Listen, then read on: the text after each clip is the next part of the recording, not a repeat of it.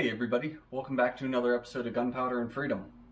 So on today's episode, I have my updated AR. This one I wanted to upgrade and make it nice for night hunting for predators. Rachel and I have the Freedom compound that we're going to be building our house at here over the course of the next couple years. You guys are going to get to see that. But mainly, right now we have 2 dogs, a cat. God knows whatever animal she's going to make me get for next, probably chickens, and wouldn't be surprised if there's a goat or 2 in there. But regardless, there are a number of coyotes and other predators over there that, not to sound inhumane or anything, but they need to be taken care of. The protection of not only my family, but our pets is up there with priority number 1 for me.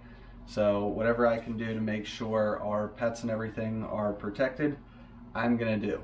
So that brings us to this rifle. It is set up for night hunting, for predator control, as well as just your everyday fun target shooting. So I'm gonna take you guys through this, then we're gonna head up to the lead dump and get it sighted in, take some other shots with it. Alright guys, starting with the rifle, this is another Palmetto State Armory build. The upper and the lower both came from PSA. Starting with the upper, it is the PSA M4 Carbine M-Lock Freedom Upper. It's a lot of words in the title. But one of the things that drew me to this was, I know I bought the upper and the lower. Customizing it, I could go a lot further and just get a completely stripped lower, build the upper itself, but I really like the fact that this was a complete upper minus the charging handle and the bolt carrier group. It gives you some room to kind of customize it without building it from scratch. So that was the first thing I was looking at. I wanted to get my own charging handle, I wanted to get my own BCG. The next thing was the looks of it. It looks sweet. It looks, kind of, it's my style. The other one I built, I like the way it turned out, but this tactical style, that's what I like. That's what draws me to firearms. So the looks of it caught my eye.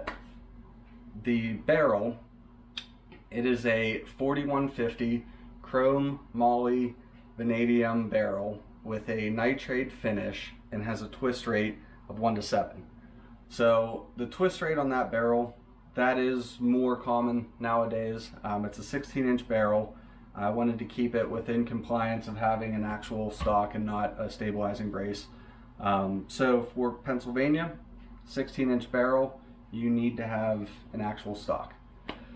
The end of the barrel here, it comes with an A2 flash hider, and the threading is going to be, again, pretty standard. It's going to be 1/2 by 28 threadings. So that's the upper for you. So now the lower receiver. This is the PSA Complete Magpul CRT EPT lower. The thing that I really liked about this is, again, number 1, the looks of it.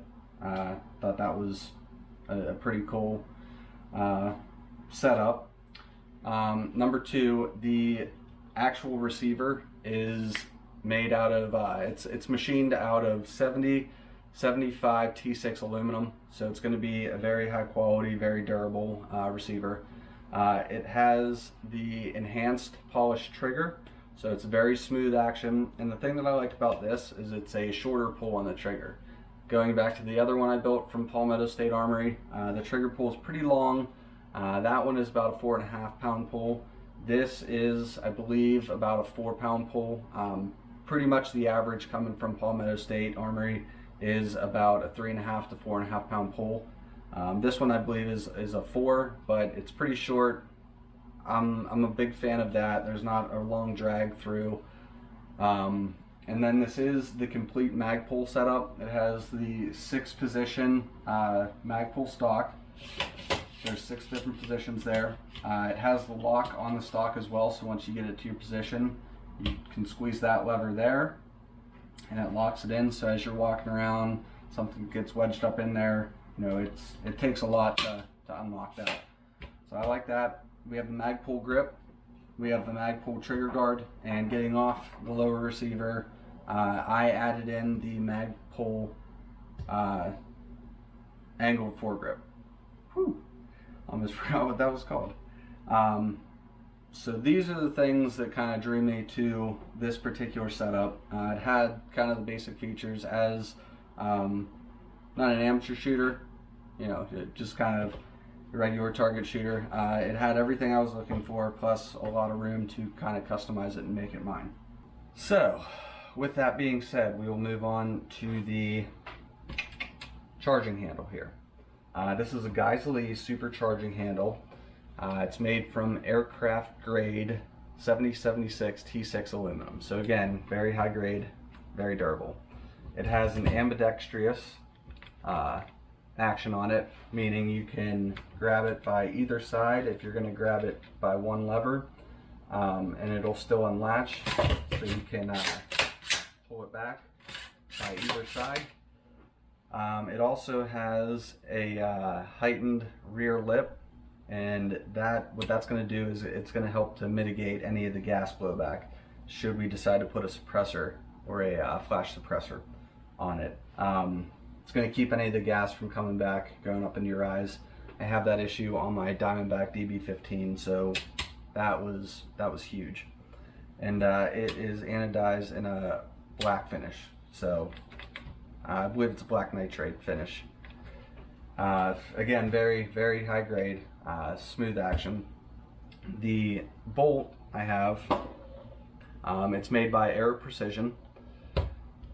This is the 556 Pro Series bolt, BCG, bolt carrier group. Again, it has a black nitride finish, and it weighs at 11.4 ounces. With all the internal parts, one of the biggest things that sold me on it was everything was heat treated, so as you're firing it, if you're going to be doing any rapid fire, the bolt carrier is going to hold up. All the internal parts are going to hold up. It's very solid. I haven't had any issues with firing this yet. Everything's been working nice. So now, I know I just talked about the mag pull angled foregrip there. I'm just going to kind of start at the front, work my way back, doing the scope and the light last. So we have on this side just you know, a quick disconnect strap loop for the Blue Force Gear Vickers Combat sling. I really like this. I have this on a couple of my other rifles. They're durable. You can just feel it in the material. It's a very high quality material they use. And also the thing that I like about it is when you're walking around with it, it's very easy to lower it, to raise it.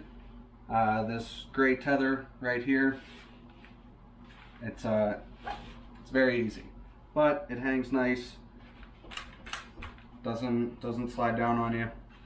So Blue Force Combat's the way to go for your slings. Next up we have our CD Life bipod. It's the same company as the one I have on the other build. However, I did upgrade this one. It does have the adjustable legs. There's 4 different positions. You can have 5 different positions, including when they're all the way down. I like the fact that they're spring loaded, so as you saw, I pressed the button, they sprung out. The thing that I really like about this one is there's a knob on the bottom. Loosen that up, and now this has the capability to swivel without moving the bipod.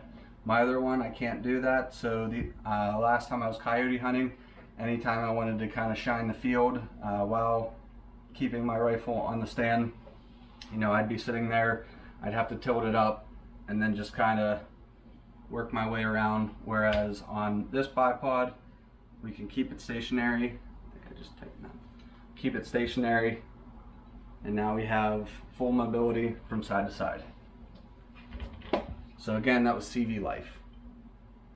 The Picatinny rails, they're just your standard M-LOK Picatinny rails. You can get them from pretty much any of your local gun stores. They all pretty much carry them. I got the tan ones because I thought it would look cooler than regular black ones, and hate to say it, but I think I was right. I like the way those things look. Next up is the UUQ scope system. Now I'm calling it a system because, as you can see, there's a lot of stuff going on there. First things first, they actually, you have your 4:16 magnification scope. It's adjustable. You have your red dot reflex sight on top. You have a nice quality green laser on this side. And then on this side, they did include a flashlight. However, I thought this was, no offense to these guys, but this was a little weak for what I'm trying to use it, which is why I upgraded to this one. I'll get to that in a second. However, back to the scope. This is a 4:16 magnification. That adjustment's right here. Your elevation and windage adjustments for whenever you're sighting it in are here and here. I like they give you these covers that you can either remove completely, or they have these ends that just flip up like so. I prefer to remove them. That's just my personal preference. The internal scope, they give you a green light and a red light inside, 5 different settings on each. And then this is your focusing reticle. Now this one is going to focus the scope to the shooter, to your vision, so that you can see it clear as day.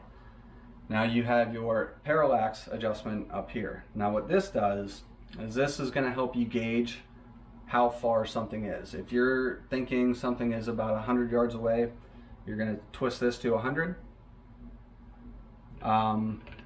Well, first things first, it goes from 15 to 150. So if you think something's at 100 yards, you set this to 100, and what it's going to do is it's going to bring everything that is at 100 yards into focus. If it's not in focus, it's not the right distance.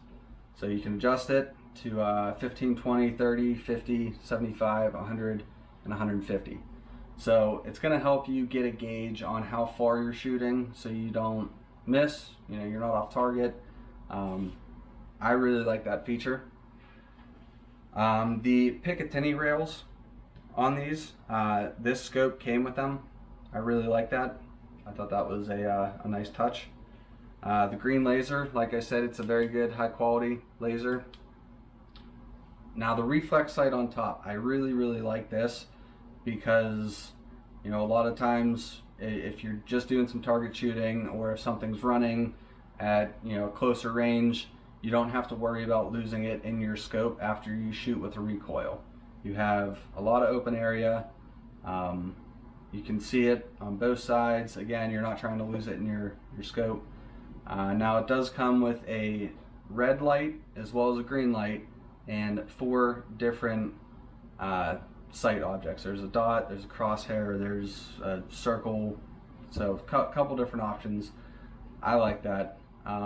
Another thing is the adjustments for these is you have your elevation here up top, so it's protected, and then your windage adjustment on the side here. Again, I thought that was pretty nice. They're both pretty well protected. This one over here is for your batteries, for your light. And last but not least, we have the Nikkor P30i light. Now, on my other Palmetto State Armory build, I put the P30 light on.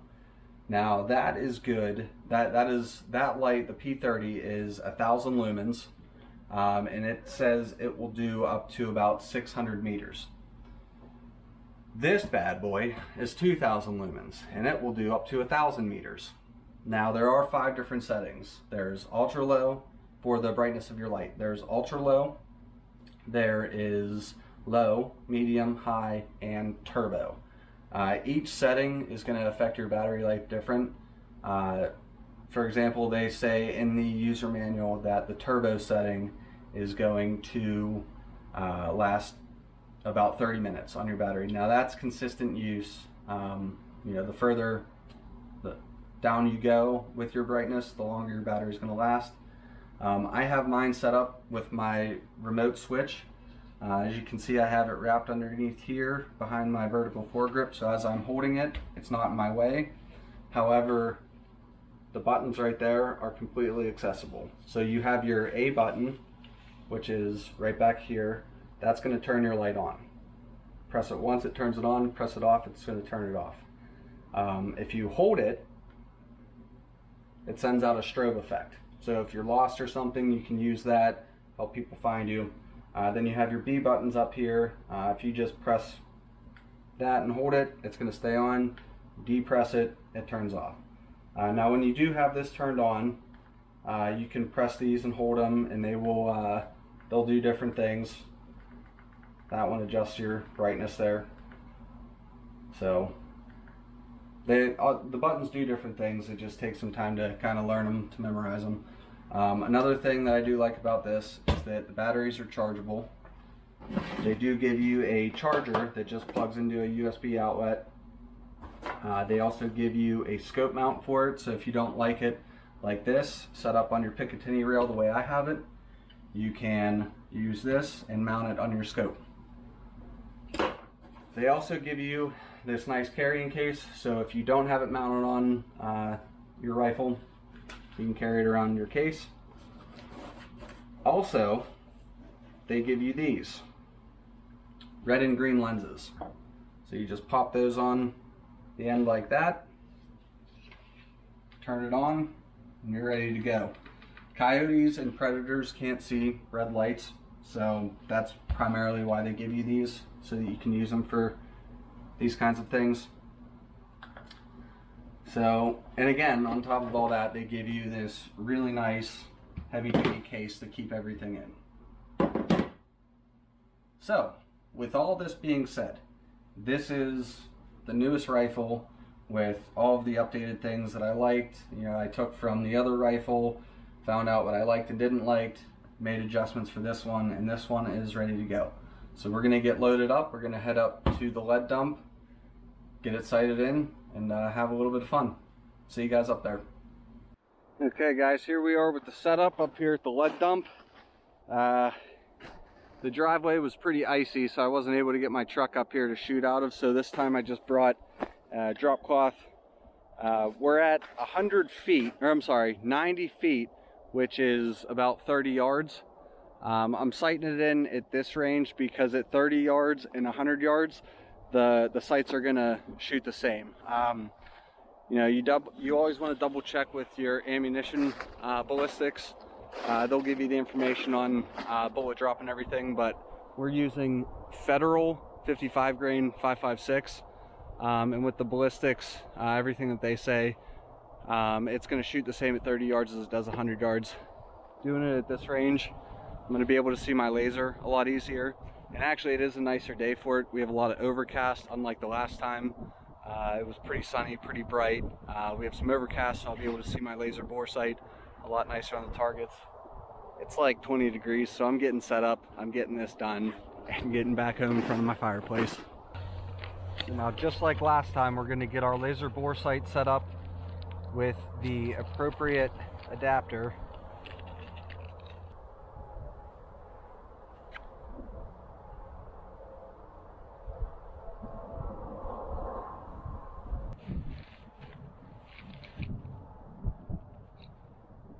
Now again, the laser bore sight is here just to help you get it close.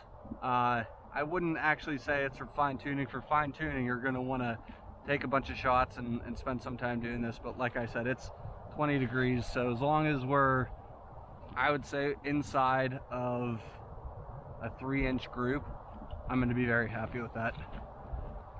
So right off the bat, I can see I am, what is that, 1, 2, 3, about 3 mil dots low. So I'm going to come up here.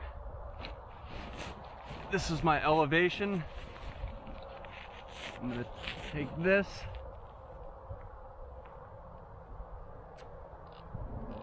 take it up.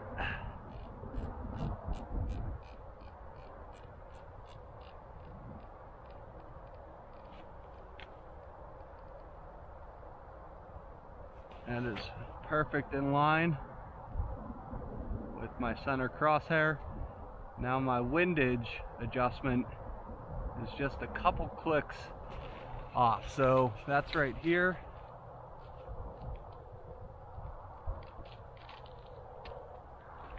I should have taken the laser off.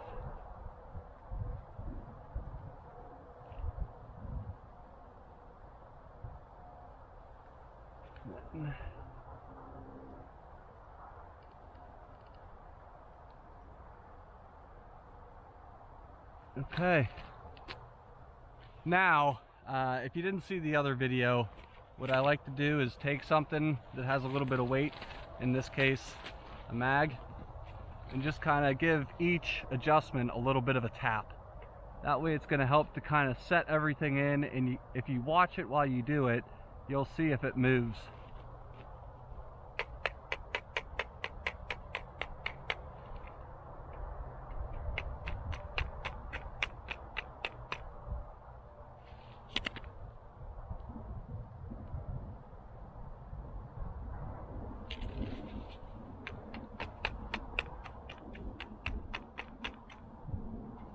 Okay, we are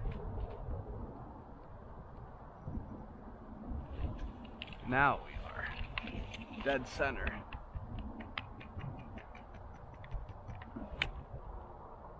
Okay, so we have, well, you know what, while I have this on,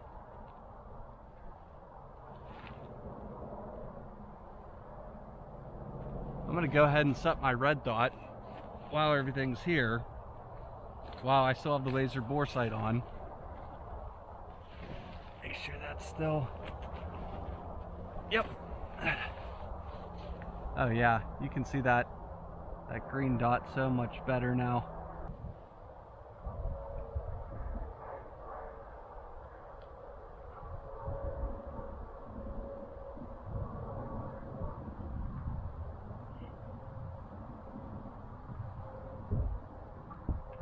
Elevation set on my red dot.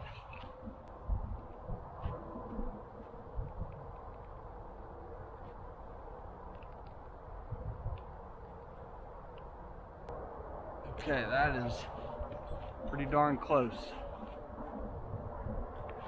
And we can always adjust it here whenever we're done.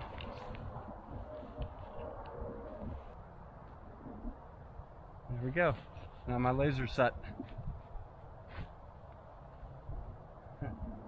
That's weird looking at it like that. Okay, now that we have everything set off our laser bore sight, we can go ahead and start fine-tuning it.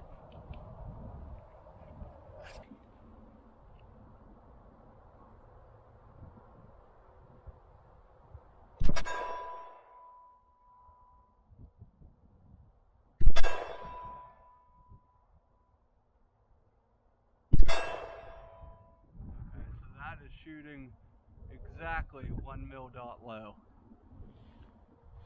So we are going to come up here to our elevation and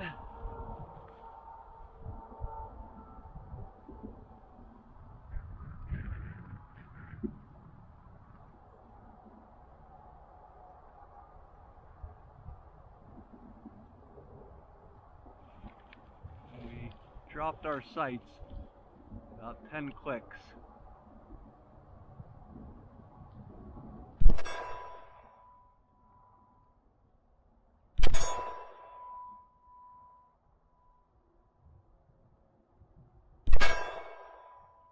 Tell you what, that grouping is spot on, but it's exactly 1 mil dot low.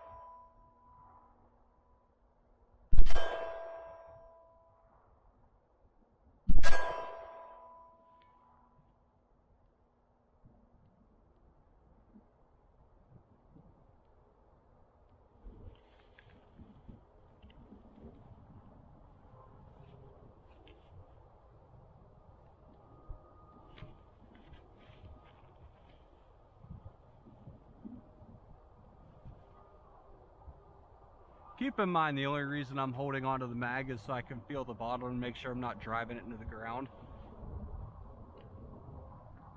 There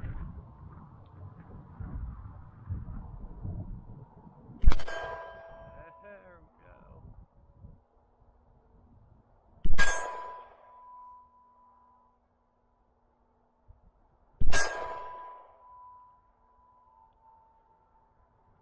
Do a headshot.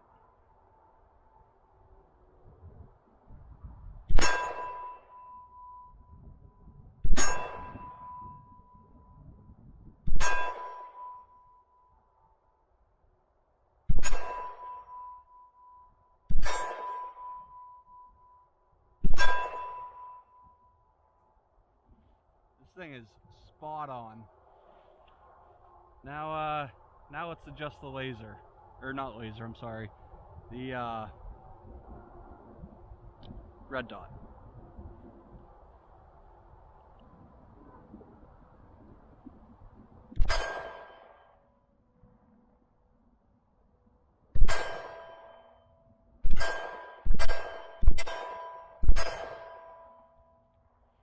The red dot is right on.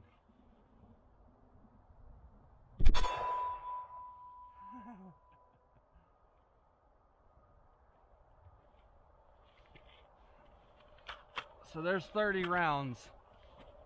It took, I want to say, 15 to get this dead set. So without a laser bore sight, I mean, that's cutting down on so much ammo you're saving. You end up saving yourself a lot of money really quick with that. Now let's see how this laser does.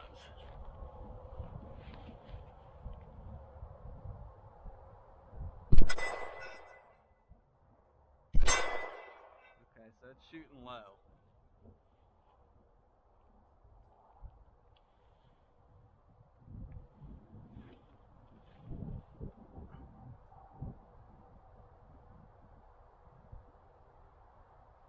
Dropped it.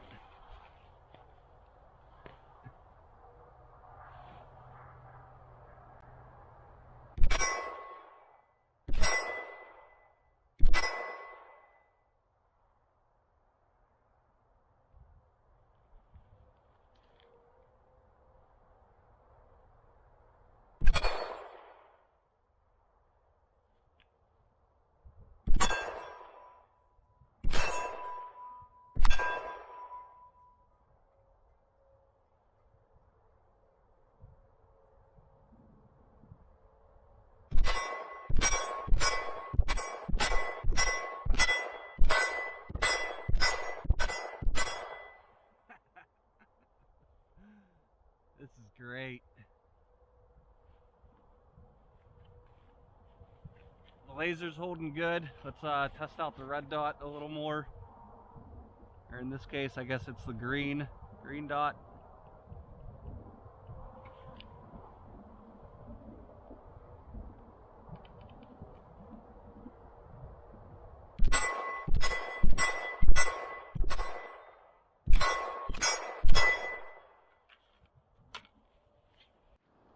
So I asked for about a 3-inch grouping.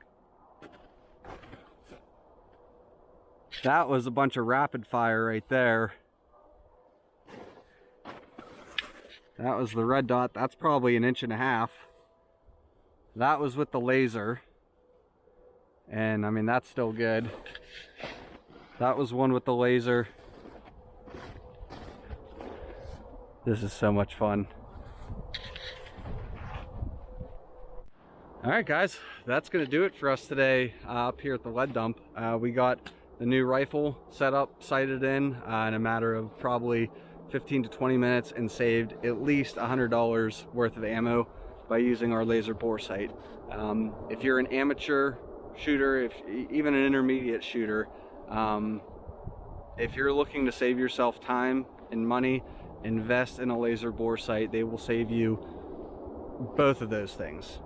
Time and time again, you'll have that thing paid for in one time of using it.